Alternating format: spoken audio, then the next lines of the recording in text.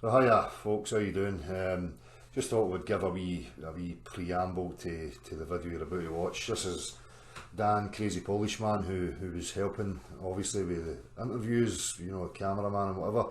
So we just wanted to talk a wee bit about, the reactions that we're seeing from people and the interactions and how defensive and attack minded people are, Yeah, it's unbelievable what we just experienced, because basically we were trying to talk to people like, some respect of, communication, like have a discussion about the topic, like, shape of the earth, and what we've experienced is just it's like you can see it's almost like the media propaganda now is having an effect on people. So like, the girl that you're going to see in this video, I mean, she really marched. It's as if somebody had told her over there and she was coming to defeat us. So it's almost like they've made us objects within the media, and now people are just identifying us as targets. But for me, it's like a sign of their insecurity, where they feel as if they've got something to defend and they must come and defeat you, and that's what's being portrayed. I mean, at the end of the day, we can have these discussions between people, but if somebody wants to believe in a whatever aspect of reality or the earth, then that doesn't define me. I don't feel insecure. The reason why I'm approaching people is because, I think there's justification for us to have this discussion, and what I want to continually highlight is these types of responses that we get and why it's so defensive and so cult-like. It really is. Like that. Also, the thing is, well, at least we think that we should have a discussion. Let's have a discussion. Yeah. We don't have to convince anyone to anything. No. But now what we see is just a bad approach, like that attitude they have to defend some kind of thing, like it's that is culty behavior. It's really.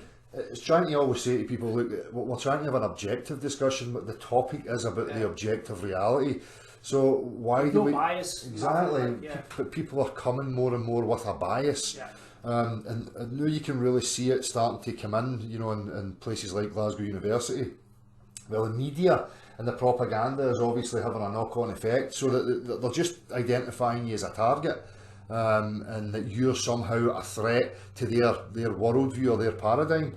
When it's just not the case. What we're trying to highlight and talk about objective scientific inquiry. So there's nothing to defend, and when you see these behaviours, it really highlights, to me anyway, that we're dealing with some sort of cult belief. Regardless of whether the Earth could be proved to objectively be a sphere, the reasons for why people are believing in it are just empty, and they seem to want to defend it with their all, even though they don't fully understand why it is they believe it.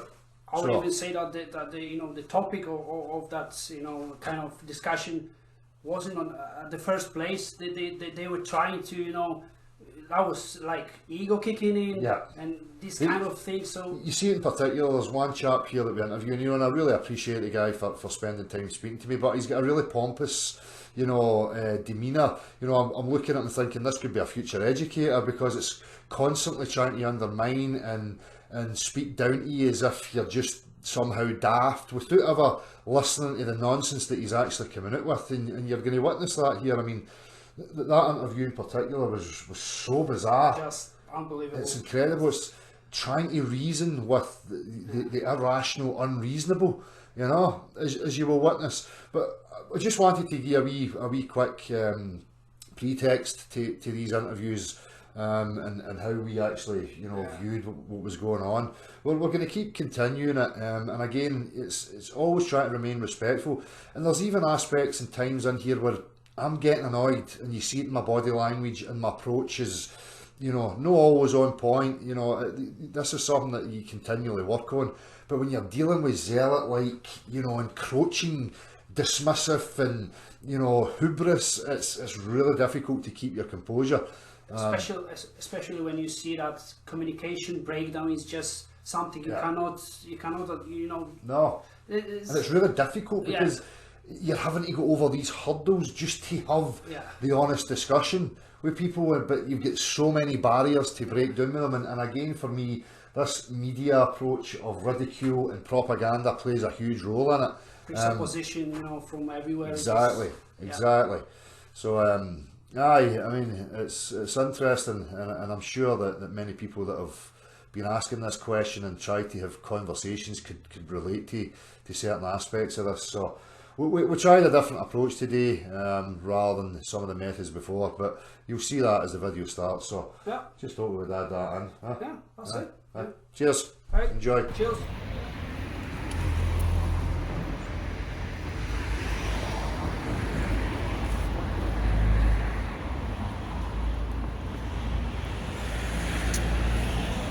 Recording. Checking if we've got the sound. So you can see that we've set up a wee sign here, a globe with a "Can you prove it?" and we're back at Glasgow University. So just another way to see if we can get people's attention, see if we can get them, you know, trying to prove the globe Earth is. Should be interesting. See how it goes. Do you think it's flat? I'm here asking if anybody can prove if it's round. Yeah, it gets square. You don't know what? Well, my experience here is that it's level. Aye. My experience here is level. I can prove to you it's level. You can't prove to me it's round. Can you? It's got to what the moon looks like, the sun, everything else on there. You get out. See if I came to your house to measure your flare to fit a carpet, and I started looking at the light bulbs, you'd think I'd escaped to the mental institution. But here you are telling me to look at the moon to measure the Earth. do you know that there's no measurable curvature? It's never been measured. I'm sure I read about it, tells you what how big the moon was, the Earth was, miles right, didn't it? Now the radius, the circumference of the Earth, say 24,000 miles. How did they get that? Yeah, tape measure. Did they? There was me. Exactly, well, this is the thing. What we're trying to highlight is we're showing that even the students here, I think they've been lied to. well, it's not that everybody's lying. Well, I believe that right up till I was 36 years old. So was I lying for 36 years? Or was I just like you? I just took it on face value that that's what was right what they were telling me. What changed you? I went to try and prove it to myself. Aye. I couldn't. Everything that I found showed me that it was level. There's a lot you can't prove, you just take it as the word, didn't you? Exactly. There's certain things for me that I can look at, and you can look at. Well, if I says to you right now, right, see when you get home, all I want you to do is start studying water and its behaviour, right? And you'll find that water will always take the shape of the container that it's in. See the surface here, it's always flat, right? Always. We use it to build, we construct canals over hundreds of miles, and the whole shebang. You can't bend the surface of a body of water and make it stay bend, can you? It was level. Exactly. But they're showing you a picture on the telly That's right. where it's round. I know. So what do you believe, the telly or what you can test? I've never really thought much into it, mate. Why are they lying to us then? Well, there could be all sorts of reasons. See, I could come up with so many reasons, right? But you know that the government's trying to control you, don't you? Right, so there's one motive. But also the problem is that you don't investigate the crime scene. You don't go looking for a motive before you've investigated the crime, do you? So that's secondary. We can get to that. But right now I'm asking the questions of this and why people believe it. So just as you say, you only believe it because you were told. But do you not think that's a bit gullible? It is. That's the way people go through life, innit? The religion and everything. That's you see that as another religion. It's another control mechanism. Because if you think you own that, you think there's no way off. And they're telling you that this stuff's millions and millions of miles away. So you're likely just to stay here and accept the life that you got. You know what I mean? What if there's more across? Instead of shooting the stars. So what if there's more across the life? As is always greener.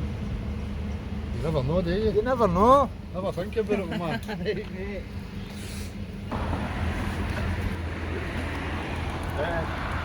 Sure, yeah. Can you prove it? Yeah. Can I say to you though, like what I'm looking for is like something that applies to the natural sciences, so measurable, repeatable, demonstration, practicality. Like, would you be able to go for it? Do you do any planetary watching? Do you do any observational astronomy? Well, I can look up at the sky and I can see luminaries up there, of course. Yep. Have you looked at the motion of the planets through the night sky? I've seen all that stuff. Have you? Yep. Okay. have you tried to predict where they'll be in the future? What do you mean? Like, so you look at where they were today, Yep. where they were yesterday, Yep. day before. Oh, so you're talking Tried about to make predictive prediction of where capabilities of a model you're talking about there? Yeah. So the celestial aspect, the celestial sphere is a mathematical interpretation. It's been modelled, so they can use it to make predictions about celestial objects. What I'm asking people today is, can you... No. But so it only works out, like, to be able to do predictions like that if the Earth is spherical, if it's travelling around the sun, and that we are some kind of heliocentric kind of universe. Well, no universe, but the solar system works like that. You understand that? You ask for observable stuff. Yep. I mean, I'm telling you, you can see stuff move around us as if we are a body gravitating. I'm not denying anything attacked that you're saying, by the sun. but what I'm trying to highlight is that these are visible phenomena, so they're two-dimensional and they're interpretive. So we can only interpret what we think we see is going on. This is everything you do. So everything you see with your eyes, you must interpret, and you must try to That's right. think of some kind of way to explain it. Yeah, because vision... The best way to explain the motion of the planets in the sky and the sun and everything like this is from just assuming the simple case of where the Earth goes around the sun, and all the planets do as well, and you can see it. And you should try going out and bring a telescope and see where they are. And I have. Yeah. So I'm having a discussion. It's not a bias, so it's not a debate. I'm just trying to have because objectivity can only be discussed. So I don't have a bias, and it's no defend and attack. So when we're talking about visible phenomena, we're talking about our eyes. Yeah. Our eyes are curved. So what we see through is spherical geometry. Right? These are curved, these are spheres. So when we're looking at things, we have to take into consideration that. What I'm asking people about is, if I want to measure this street right now, or an area of this floor, I'm looking for direct measurement of the floor. It's a red herring to be looking up here as a measurement of the floor. It's very much not. I mean, how could you explain the motion of what we see with our eyes, planets through the sky? Well, I can look at interpretations of that, but as I say, the simplest model that you could come up with ever is going to be that we are going around the sun and that we are spherical. There's been models through the ages that have been totally different to the heliocentric. They're all not as accurate models. And they have more assumptions. That's the crucial thing as well. They have more assumptions than the simple model, which is just. So this is what I'm trying to get the crux is the base assumption, and this is what I'm looking at. If I came to your home to measure your floor, and I started to look at the light bulbs in the ceiling, you would think I had escaped from a mental institution, because I'm interested in the floor. I'm not interested in what's going up here. That's evading the point I'm making. That's completely evading. Because you asked I'm not evading that. Some observational. I mean, we can't just look at the ground and say and judge whether it's a sphere or whatnot from just looking straight down at our feet, because that's mathematically that's impossible. If you get close enough zoom in enough to any sphere, you can approximate it to be a flat plane. So what about the geometric applications then? We use Euclidean plane principles in every aspect of reality. That's not true. We use spherical coordinate systems for the sky. For the Earth. For navigating by the stars, we use spherical stuff. For applications here on Earth, we use Euclidean plane principles. So from engineering, construction, and aspects of navigation, it's planar geometry that we assume. So that's telling me that this is a level surface that we're on here. It's a good approximation, because you don't need to take into account the actual you don't need to take into account the curvature of the Earth in most circumstances. Everyday life is on what you might assume to be a flat plane, and that things work out easier that way. But if you talk about things that are affected by it, like I was saying. So you're saying if me and you're engineers and we're going to build a bridge towards each other, there's 10 miles between us, and we're using the Euclidean plane principles, you're going to tell me that we could just ignore the curvature of the Earth? To be honest, I don't build bridges, but they probably do account for it to some degree. Likely do. I don't know. I've never met an engineer that uses spherical geometry to construct anything. They wouldn't use spherical geometry, but they might use corrections. They might account for things like every so often, might make some kind of systematic correction. I don't know if it's Well, if I was to build my first starting point here, and I was to build my next block, so this is my starting point, which is plumbing level. Okay, so it's 90 degrees perfectly plumbing level. and I'm attaching my next section square to the first section. As I start to construct that out where it's perfectly level, the earth would have to be dipping away from beneath my point. I know. But in reality that doesn't happen. Well, it does. It's just probably not to a degree where it matters. Even you're talking there. Well, 8 inches over 1 mile is a fair bit to drop. That's a big margin that you have to be accounting for. Well, That's only 1 mile. Look, like I said, I'm not an engineer, but I don't know how if people even do corrections when you say. But that's the honesty. This is what we're trying to get to the crux of, is just the honesty of people. You came to me and asked me an initial question, Yep. and I did. I think I made quite a good But point. what you have to And, understand you is, haven't come explain to me why. I've tried. But this is the problem with people, because I've got presuppositions about who I may be. What you've got to understand is I've spent the last 5 years extensively looking at this, and without any bias, I'm not a flat earther, a spherical, I'm none of these, I'm an objective investigator. So what I'm talking about is, I understand the concepts, the mathematical interpretations of the luminaries. So like in old navigation, your star charts were a rectangular sheet, okay? Now, from any given point that you start at, you're within your own sphere. Do you understand? Because your vision works like this: the floor comes up, the sky comes down, and the walls converge inwards. So anywhere you move, you look as if you're in your own little dome. Now, using a form of calculus, you can pinpoint your zenith, so wherever you are in relations to the other stars. Now, when you move, you then look for your other 90 degrees, and by the angle of the arc of your eye, you can start to tell and pinpoint where you actually are. But when you're doing that, you're calibrating everything to the level. So when you use a sextant is calibrated to the horizon, and then you take your angle to whatever star or sun or moon that you're looking for. The triangles and sextants are plain geometric tools. They don't have curved, they're not accounting for curves anywhere. So the celestial sphere is a mathematical concept. It's not a tangible thing. Yeah, you're right. The celestial sphere is a tool that people made hundreds of years ago to help navigate. Yeah. You're right. Yeah.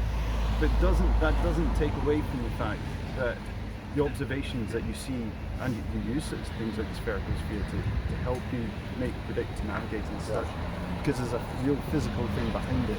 Yeah, and it's the physical thing that we're trying to establish. It's the here. This is the physical thing here. That up there's two-dimensional interpretations of visible phenomena, but here we're looking at the measurable aspects here. So, right. So, I mean, back to what I was saying initially. I'm still not sure where your stance is on how you predict, say, like the motion of Mars in the sky. If you watch it, watch Mars in the sky. Yeah. It does this. It goes across the sky, double backs on itself, does a loop round, and then zooms off again. Yeah. And like if you assume that this is just some projection, say from some celestial sphere, that's some 2D projection, the motion you cannot make a nice formulaic expression for the motion of it. It doesn't translate at all. Like you end up with something very messy on paper. But if you just what you're talking about is interpretations that you saying don't work and don't fit. That's how everything. Like this is back to the start. It's like this is how everything works. You're talking there about how your eyes are curved and such. They're your tools for measuring things. It's all we've got. We only have our eyes that are the tools for doing the measurements, and we've got the data, things like the stars that we can measure to try and interpret. And it's up to us to come up with the best models to fit the data and such. And what you can do is you can look at the simplest model possible to try to predict what will happen. And the simplest, you heard of Occam's razor? Occam's razor is great. Yeah, that's right. Point. You can just say, well, you're utilising Occam's razor, right? But you're making things so much more complicated. This is what I'm trying to point out. No. I'm trying to establish there. So here's Occam's razor. Here's natural, real science. Okay, natural phenomena. Well, I'll give you a natural phenomena. I can observe anywhere in this world that water has no form. That water runs downhill. Water will take up and fill any void. It'll fill the shape of that void, and the surface is always a horizontal plane 100% of the time. Testable, measurable, repeatable by every single person alive. That's a tangible fact. Bodies of water don't bend. Can they bend them? So we're surrounded by liquid everywhere. I mean, that's a tangible fact. In relevance to intangible phenomena, because you can't get to these things in 3 dimensions. You've made it as if like looking at stars is completely just devoid compared to looking at water. And I mean, I know water is closer to us, and it's, you know, we can go out and touch it, but it's still, you're still looking at something and observing it. You can't look at, you come actually to the same problem as well. Like you say there about whether water is always flat. It's not really the case. The water just settles to where the equilibrium is. This takes into account gravity. The equilibrium is a flat line. The most potential energetic state of a body of water is a flat horizontal line. To curve it and bend it would take an unfathomable amount of energy. It depends on what your well is. If your well is... Give me a demonstration for what you're talking about. A demonstration? Something that you as a human being can demonstrate to me to justify what you're saying. Because I can justify to you what I'm saying by practical reference. What you're saying is, you're telling me this, but you can't practically demonstrate that to me. As in, you want me to go and get some water and curve it or something like that. I don't understand that's the claim. That's the claim. I mean, you made a claim as well. You said that all water bodies of water. I mean, that's the natural phenomena. You deny that would deny your own experience. That's not true. That's not true at all. I mean, if you want me to accept what you're saying, it's the same premise to say that the Earth is flat and that water is flat. It's just you're asking me to accept the premise that the Earth is flat before even going ahead with it. No, I'm asking you to accept anything. If the Earth is not flat, then the water across it would be curved. You know, that's circular reasoning. That's just circular reasoning. No, but that's what I'm saying. The same way you asserted something, just as I asserted something. But listen to what I'm saying to you. I'm following the scientific method of observing a natural phenomena, making a prediction, changing the variables. No, but you said you asserted that water is always flat, and I'm saying no, that's not the case. And you said, well, but it's always observed to be the case, and I'm like, no, it's not. You, in that assertion, so where are you observing it that at Disney? No, what I'm saying is I'm offering you what I've experienced, what I can test for myself, and what's applied in reality. But you're saying to me that it can be something different. So what I'm asking for is, where in reality would you offer me a practical reference to justify that? Like if you zoomed out and you saw a body of water. Back to visible again. Yeah. Just visible. See if we look up that street right now, and we see one of these trees, 200 metres up there. Can you measure it just by looking at it? You can. Go for it. Measure it for a minute.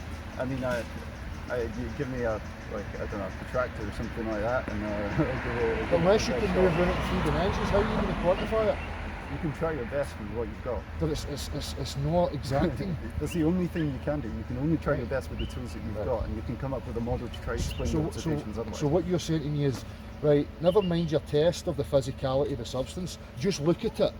That's what, no, but you're making it out, again, that there's something different between the observing that you do with the stars compared to, you say you test, like your fingers there, as if that's something different. But we are just looking at things. But I can get to water in 3 dimensions. So you can see it a bit clearer. You can get. I can quantify it. I can quantify it. You can quantify it when it's far away as well. It's just not as well. And then through my understanding, I can apply that to aspects of reality. So I can construct a canal. I can make foundations for a building perfectly levelled. I can use it for all sorts of practical applications, which tells me that that's a real world fact. And just as well, because something in that situation might help you. You can't. Sorry, I'm still not too sure that where you're coming from with this point. Because you're saying just because you've got more information on something, because you can go out and see it closer. But what I'm trying to distinguish. But you can't. What I'm confused about is that you say this about big bodies of water are flat. It's really difficult with somebody like yourself because you're really emotionally invested in it, and I'm trying to remain really objective because I don't have a bias. So I'm just trying to discuss between you as a human being. You do have some bias. But if you looked at this, you would see how animated and encroaching you are. It's not a two-way conversation. You're taking a stance of defence and attack, like I'm an opposition to you. And all I'm trying to do is have a discussion to say, like, as human beings, how do we establish these things? So if we break it down, if we look at the sciences, right, do you know the subdivisions of science, or do you just think science is one umbrella? Let's just take it a wee bit at a time and see if we can get a bit of clarity. So if you can agree or disagree, the sciences have subdivisions. You have the natural sciences, the formal sciences, and the social sciences. Would you agree? Yeah, whatever. Yeah, sure. So the natural sciences is physics, chemistry, biology, that deals with real world tangible substance. Formal sciences is mathematics, logic, these types of things, because they're abstract, they're model based, they're interpretation based. And the social sciences, which is psychology, culture, people, yada yada yada. So when I'm talking about Earth and reality, I'm looking at the natural sciences. Formal science, like language, like mathematics, does not qualify in aspects of the natural sciences unless it's backed by the empirical aspect, the tangible three-dimensional stuff. Do you understand? Wait. Yeah, again, you've got back to tangible 3D stuff, and then done this with your fingers. And this is where I have a problem with. Like, that's the natural sciences. That's some. The natural objective... sciences don't deal with abstract, language. The natural sciences can only deal with reality and the substances and how they interact with each other. Like, this is back to the star situation again. I mean, that is objective, empirical evidence you can see. But the interpretations are not. The phenomena is real. The phenomena is it's not tangible. It's just visible. It's two-dimensional, visible. It's not tangible because you can't go up to them and move around them and understand them. You're interpreting what you think you see. You can see them, and you can observe them. See them. That's right. We're agreeing.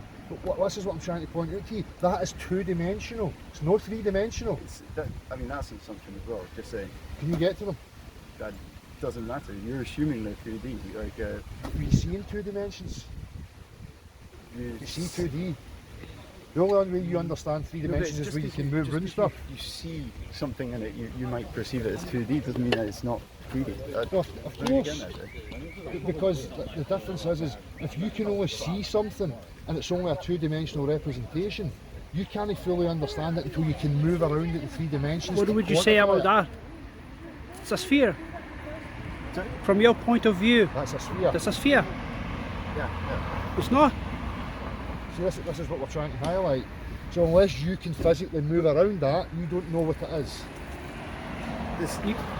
You have to assume that on the back of it, it's the same, side. It's a sphere. This is not.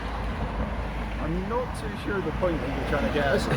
It's some kind of misleading. No. I understand, visible phenomena. I understand the geometry that we apply to that because we're looking at it and it's two-dimensional. We have curved lenses on our eyes.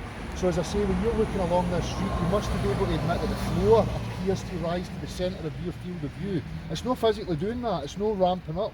Your eyes are making that happen.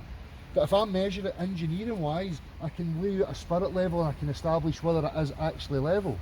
So there's the difference of visible and tangible, because the measurement is real, but your vision is something totally different. We move around the world in three dimensions, we see it in two dimensions. So for me that's a fact. I think I don't know the real point that you're trying to get at here. It's like you're saying that you can be disillusioned by some things, and this is true. But you can try to explain things like the shape of the Earth, but you can't directly. You can't step back from it and spin it around and see it in 3D. You've got to. So that's the you've right. got to that's try right. to. You've got to try if you want to say any strong conclusions about the shape of it. You have to, in that respect, go for what you call the non-tangible way of looking at it, because you can't directly, because this is why you're talking about in the first place. Deductively, exactly. But deductively. So this is why I'm confused. No, well, let me give you an example. Right. So if I understand the physicality of water and it collection into a body, right? When I go to somewhere like Loch Lomond, I understand Loch Lomond doesn't flow away anywhere. So I know from deductive reasoning and application and understanding of a substance that the start of Loch Lomond to the end of Loch Lomond is at the same elevation, a straight horizontal line, because that's how water behaves. Now if I was to try and look along Loch Lomond, what would happen is that Loch Lomond would appear to rise into the middle of my field of view, things would become obscured, and from that visible I could start to see, maybe that's dipping over a curve there, because I can't resolve anything. Do you understand what I mean? Yeah, okay, right. So with your kind of reasoning, you're saying like, what I've got in front of me, I can go around and examine it closely and I can understand everything about it. But you're assuming that if you don't go further away from it or something, or closer to it, that the reasoning that you were able to piece together from this observation doesn't break down. Yep. You know, it's just like your understanding of the everyday world is, you might think it's tangible looking around and seeing all these 3D objects, and then when you zoom in very close and you get down to like quantum kind of scale, then things start to look a bit messy. You're unable to associate the things that you see in the everyday to that scale. You know, it's you can't apply. So if I'm correct and I understand you correct, what you're saying to me is that, you know, obviously I've heard this before, that, you know, I can look at the body of water, I can understand that it's level from one point to the other, but if I could get out of the earth and see the earth, I would maybe see a curve. So my question to you would then be, because I'm looking for the reasoning processes of individuals, you've never been to space. No, I've never been to. Have you ever seen the curve of the earth with your own eyes? No, but I mean, that's you told me there that my eyes are curved, and I believe my eyes. Well, so that because we can use other measurements to understand things, and we do. So, yeah, exactly. What was I going to say there? You know, you've never witnessed a curvature or anything with your eyes. So here's the thing, right? Do you know what the Earth curve calculator tells you the rate of curvature is? Have you ever looked at that? It'll tell you over 1 mile that it's 8 inches, and then it starts to square exponentially because it's an increasing curve. You understand that? Sure. So if I go to the west coast of Scotland and I can get two land masses with almost 30 miles between each other, the Earth curve calculator is telling me that there's a deviation of 350 feet between those 2 points. Now I can put a straight level edge up to that, I can have my horizon, the water between the two landmass points, put my straight edge up to it, and it doesn't decrease in elevation from one side to the other. So I'm looking for it, and I'm being told that it curves at this rate. They're showing me it on my TV screen, then I'm going into reality to see if I can verify that, and when I go to reality, it's not there. So what I'm just trying to do is... Have you ever seen satellites? That's a good one too. Satellites? Yeah, how do satellites work? I don't know. Don't know. Well, you know, everything was done by triangulation beforehand. You know, I've got old books from Oxford University. Not everything. We couldn't do everything. Well, before. we could track aircraft going across the Atlantic, you know, back in the early 1900s, when the aviation started to really increase. I've got a book from 1936 from Oxford University that talks about, you know, how they kept in contact with each other and how they mapped out the areas and stuff like that. It wasn't even, I mean, satellites only came into fruition when the science fiction writer Arthur C. Clarke invented them. It was him, Arthur C. Clarke, the science fiction writer, is the guy that's credited to be a satellite. So if I go to Loch Lomond or I go into the hills, I lose the signal on my phone. You know, people lose signals in their drones. I don't know what somebody saying to me a satellite, what does that tell me about the Earth? I have to believe the TV. Okay, I mean, whatever you believe in satellites, fair. And you know, if you're doing your own experiments and going to the rocks and measuring all this stuff, then and you find something that says against everyone's belief that the Earth is round, then good on you. Go and publish it. You know, that's well, we're trying. Gold there. I'm here all the time trying but to. People don't, and because people do these experiments and they never work out. Yeah. And you know, I'm not discouraging. I'm saying that's a good thing to do. Exactly. But I mean, it all comes down to that things just seem flat on when you zoom into this, and you can assume a lot of it is the case. Like go back to Occam's razor. Your experiences is that it's flat. Everything tells you that it's flat. Not everything. What? Like I was saying, the motion of the planets and such like that. What else? I guess weather, how the days work out. You know, these things just like they... See what you're saying about emotions, I forgot about one aspect for you, right? I mean, I was saying to you about the visible thing in your own dome. See if we see an aircraft coming in the distance and we've got a clear shot of the horizon. See the aircraft, to us it appears to rise and arc over the top of us and then come down and go down another arc. Now that can happen in the space of half an hour. Do you think that the aeroplane's coming up over the curve of the Earth, arcing over the top of you and then going back down the other curve of the Earth at the other side? No, it's just going over the... Staying elevation?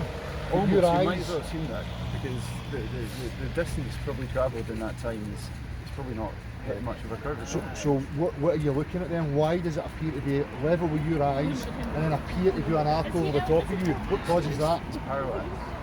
Because of your eyes? No, not because of your eyes. It's just the way the distances work out. Like, But it's going to be something to do with your eyes. no. I mean, your eyes see it. It's just that it's geometry. It's just that you are used to seeing things close by, and you're not used to seeing things so far away. It's like why. But what it's like geometry? Why, What it's like why geometry? like you look down a railway track and you see Yep. that the railways Convergence. converge. Yeah. Right, so what causes that? It's parallax, and it's just But what's parallax? Geometry of what? it's geometry of the Vision. light rays from it into Vision. your eyes. Vision. Yeah. Right. Well, your So- eyes collect it, but it's actually from But the the source. train It's tracks angle never from the go like source. that. They stay like No. that. Right. So in physical reality, they're not doing that. So what's causing It's it? not something wrong with your eyes. None of us It's says it was something wrong with your eyes. Yeah, but It's an not- aspect of the eye. It's an aspect of vision. No. It's not. That's not what it is. So if it's not physically doing that, right, we know they're parallel for the whole distance. Yeah. They don't physically do that. So what is it that makes them appear to do that if it's not your eyes? It's the distance and it's the distance from you. The distance is getting further away. Obviously, the further the track goes down the line. Yeah. And for that reason, it appears to converge. It Right? appears Yeah. by your appears. eye. Because it's your eyes that are the Your eyes are just collecting these straight rays of light from the Yeah. track. It's not that they're distorting the rays. Yep. They're just collecting it. So it's like that, an angle like this. No, but it's not to do with that. It's not to do with that at all. It's a distance phenomenon. A distance phenomena. So just distance geometric makes things phenomena. appear. Yeah. But the geometric phenomena is your eyeball. Because that's what you're looking through. Have a look at I parallax. don't understand what you're saying here. No, have a look at parallax. It's not. It's I not know what to do with- parallax is. Yeah, Parallax it's not is, to do with your eyes. you know, parallax is like if we were looking here at this branch, right, see the one above that pole here, right? And then if I go down like that, Yeah, now it doesn't- it appears to be lower than the pole, that's parallax. Yeah, exactly. So it's the angles from the light rays there, the angles and the distances that have just made this happen. It's geometric. I'm not changing my distance, that's parallax. What I'm saying is if I use that pole as my starting point, Yeah. So the if tree you appears imagine higher. if you imagine one angle there to be one like railway track, and Yeah. then you look down, you've moved the distance between the two railway Yeah. tracks, and you look again. Yeah. It looks like things have kind of looks converged but because it's of the not. geometry of your eye. No. Here, sorry. Two different points of observation. It's That's different what it points is. of Two observation. different points of Yeah. observation. Yeah, but it can equally be you're looking at from the same observational Yeah. point and two different points in Yeah. space, and they can appear to You converge. keep saying it, I don't know why you're denying it, appear to converge, because that's how your eyes are working. No, it's not. It's not. Well- I'm sorry. I must go. Like, Just it's- quick, just to clarify it, right, we've got two railway tracks like this, and they're 10 miles long, right, you're standing in the middle looking at it, and they appear to do that. Physically, I mean, the if you distance stays the same. if you had like a Let's just instead- finish the point. No, but if you had instead not your eye, but just like some detector that just detects light from it and An did the optical same device. thing. Any optical device, yeah, and then it's going to detect the same thing. It's not. If you change, what I'm saying is, if you change the shape of your eye, you're still gonna change the shape of your eye. And you can still see. Then you're still gonna have the same phenomenon. It's nothing to do with the shape of your eye. It's to do with the geometry of the system itself. What system, the train tracks are the same distance? Yeah.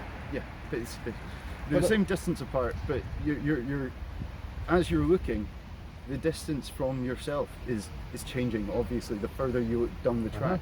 So because of that, they converge. Yeah. I know it seems Through the counterintuitive.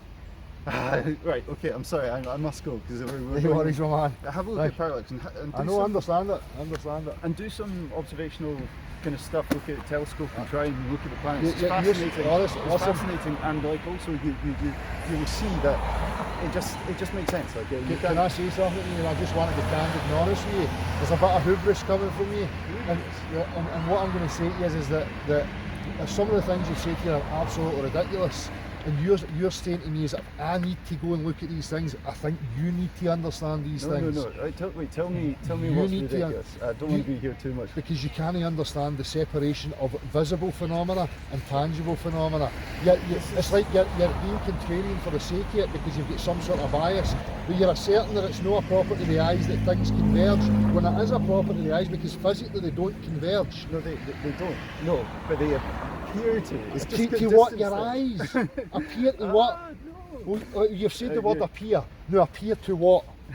They could appear Your to eyes. any observational thing you're using. What? It's not. It's An not optical to do- device when that's you based say- on the eye. When you say your eyes, I'm assuming that you mean it's because of the shape of your eyes. It's a Is that what property you of mean? vision. It's not. It's you don't need spherical eyes to observe this. You could use some just photon detector, photodiode kind of thing, and just place it there and measure the light that's coming from these objects, and you'll see the same phenomenon. It's not because of your eyes. It's just a geometric thing. You'll have to look up. Right. You've said appears and you're saying geometric thing. And now where's the geometry? Is it out here? Yes, not the geometry of the measuring device, but the geometry of the thing you're So the observing. train tracks are doing that then? Because that's No. the geometry would have to be there. So you're getting mixed up the geometry of the train tracks. The train tracks are straight. Yes. The geometry is the light rays coming from the train tracks and going to the observer, the measuring device. Okay. Yes. So that's where the geometry. So to the occurs. measuring device it appears that they're converging. Yes, but it's not because of the measuring device. It's because of the system. I'm sorry. I can't reason with that because it's Parallax absolutely is incredibly perplexing daft. and it takes a lot of time, a lot of thinking to understand as well. Sorry, but it No does. worries, my man. You take care of Thank you. yourself. You take Thanks for care your of time. yourself. Thanks Have a very good much. day, and, Cheers. Yeah, my man. Cheers. It's a globe, yeah? Can you believe it as a globe? Yeah, it is. Can you prove it then? How would you scientifically prove that the Earth was a globe?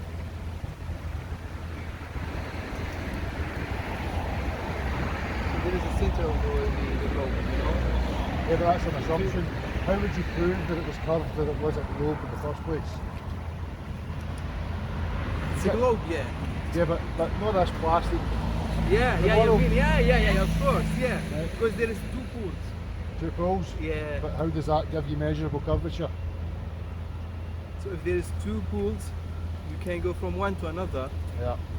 then that means it's a pool. It looks like a pool. So there's two poles there. I can go from one to the other. Does that mean that this is curved? Yeah, but there is a lot of options and see. So how you can go directly from this one to another one. Have you ever seen bending bodies of water? Yeah, Where? the oceans. So you can realize that Physics tells me that that's impossible. this is possible or impossible. But physics tells me that That- bending water is impossible. Possible, yeah. Because that's what I demonstrate, that's what I measure, that's what I test. So that's scientific method, testing, observing, test, Observing. repeat. But we see this on the TV and we think that this is reality because of the TV screen. So I'm All asking, right. So what you I'm mean asking- that this is? So you mean that they're trying to convince us that this is a Well, globe? what I'm asking people is, if you believe that the Earth is a globe, what science could you point to All right. justify that belief? Do You mean that there is a need for evidences to prove that? Well, not so much evidence, some measurable proof. Like Measurable. if I want to build this fence, I can use tools and I can measure it and I can lay it out and I can construct it. That's proper measurement. You mean that this is not tangible, Yeah, it's not a tangible thing. Yeah. It's a mathematical concept. rather And we see than an image on the TV screen, but there is no scientific measurable proof that we have a curve there. Okay. That's interesting. So that's what we're trying to highlight. We're just asking the questions and the Yeah. reasoning for why people believe what they believe, and we're just trying to document that and highlight it. So, do you believe it's a globe?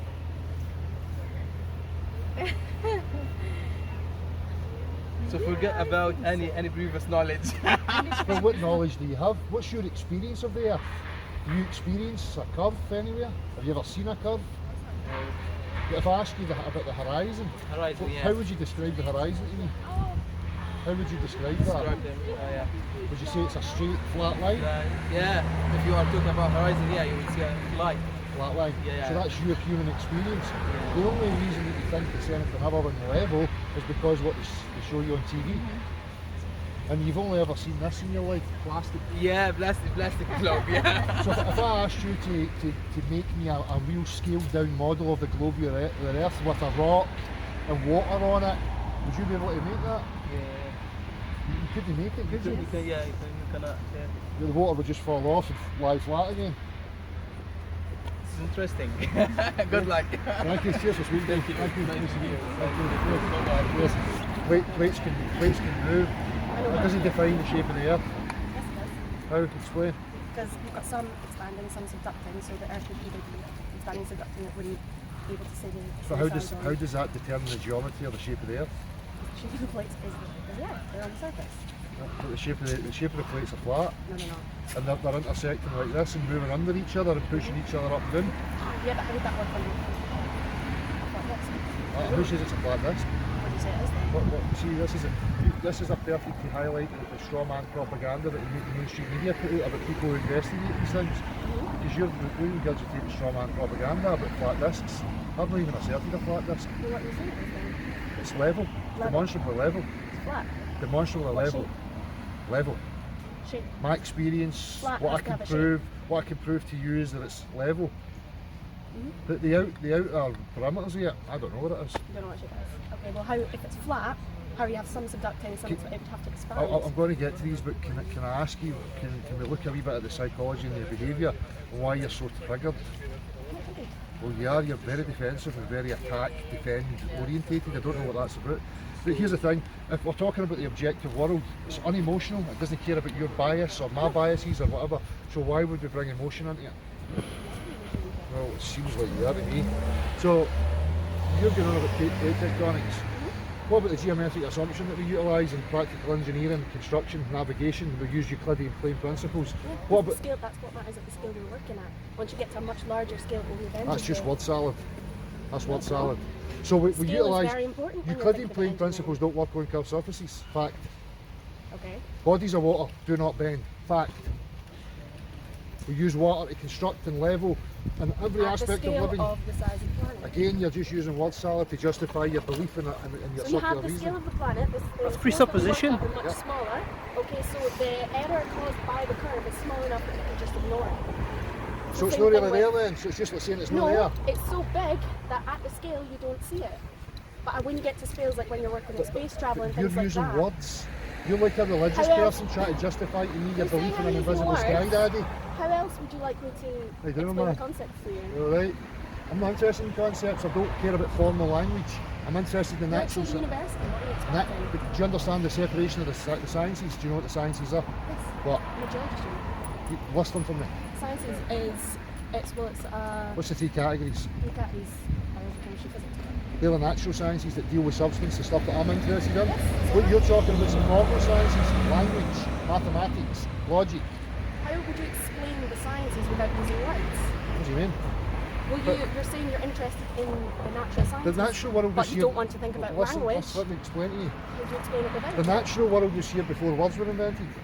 Right, so I don't need You words. don't need to explain that to me. I'm a geologist. I don't need words. I need practical To reference. explain them, you do need words. I don't need an explanation. You don't need an explanation on why you're here. Because this is what I'm trying to say to you. In order for me to accept some aspect of objective reality, words are not required. What's required is practical reference. Practical reference. Practical reference. How do you and that's explain it. the reference? What do you mean? How do you explain it? Well, you're saying you don't want words. You look at things, but Do you I use need- words to explain. So if I'm trying to build a house right, just imagine I'm building my house right, and I go, do you know what? I need to make sure this is level. Without using words, I'm going to get this substance. Well, we're I'm gonna- back to scale again. Well, listen, I'm going to Scale fill of a house versus I'm scale going of to fill a it with plant. water, right? And that water's going to show me whether I've got my foundations level. Where's the requirement for How words? big is your house? How big is your house? That's- 100 metres square? But you're going to complicate it by your language, your sophistry. Because you're going to assert to me that at some unspecified scale, the physical property changes and it can now adapt. It's not the point that the property changes, it's just the effects are so small that we can just ignore them. If you want to find the effects, you can look at it, but it's So what that basically equates to is that something's real, but it's so minute that we can just ignore it and it's not really there. That's crazy. Well, if you think about when you get an X-ray, okay, so you're being exposed to radiation. Now you're going to use a but- misrepresentation and jump to some other aspect. Stick to the world and the actual reality. I'm explaining what, right, so this is a physical property that we know radiation damages cells, but when you get an X-ray, it's such a small amount of radiation that they just ignore it. It averages out to nothing. If you get lots and lots and lots of X-rays over a larger scale, then you get sick, but if you have one X-ray, averages out to nothing. If I'm using Euclidean plane principles and I construct something over the span of 10 miles, there's over 100 feet of margin of curvature there. That's not something I can just ignore. No, but that's what you're saying. You're saying the scale of a house, nothing. So what about when we build bridges? They do take that into account. No, they don't. Yes, they do. They're using Euclidean plane principles. They're not using spherical geometry to construct. They're using Euclidean plane principles. Okay, what about other things? So I'm not an engineer, don't know a huge amount of engineering. I'm an engineer and I'm a geologist, my expertise. So how about when you have stratigraphic sequences, you can see clear changes in climate. How would that work on a flat plane? How would your climate change? So we explain it by Milankovitch cycles, which we can understand. We've observed through the rock That's got record. nothing to do with defining the shape of the Earth. Yes, it does. It wouldn't happen on a flat plane. How? Because That's your assertion. Michael, What you're doing using constantly circular reasoning, you've got this presuppositional No, bias, so, right, that's- and you constantly just try to reaffirm it by making statements that are just empty. Right? You're saying to me about tectonic plates doesn't define the shape of the Earth. Things move, right? Fine. How does that tell me anything about the shape of the Earth? Can you Does it measure work on the a Earth's flat shape plane? for me by tectonic plates? You can't. okay, how about measuring? So would you agree with the concept of like some inner core, outer core, mantle? No. Oh, these cartoons. This is cartoons. What about seismic surveys? What about seismic surveys? How far do they go down? Go down really far. How So the far? way What's the biggest hole they've ever done? biggest hole is the Polar. one in the Kola Peninsula. How deep is it? 8 miles. 8 miles. Okay. How far is it from the crust to the centre of your globe? Thousands. Right, so 6,000 by digging a hole 8 miles, you're Okay, but moving we're it. not saying digging a hole, we're saying seismic survey. So if you have an earthquake at one point, you can see from our seismometers all over the earth, all over the globe. But see the So you instruments. can detect an earthquake at one point See the on instruments the you're other using. side. Yes. They'll utilise X and Y, Cartesian grids. Right? Do you know what a Cartesian grid is? A horizontal and a vertical that intersect at 90 degrees. And it's a box grid, and then you've got your graphs and stuff for within it. Again, you're utilising Euclidean plane principles. When you're looking at these graphs, they're not on a curved surface, they're on a flat horizontal plane. I'm not giving up though. Come back and see us. I don't want that time.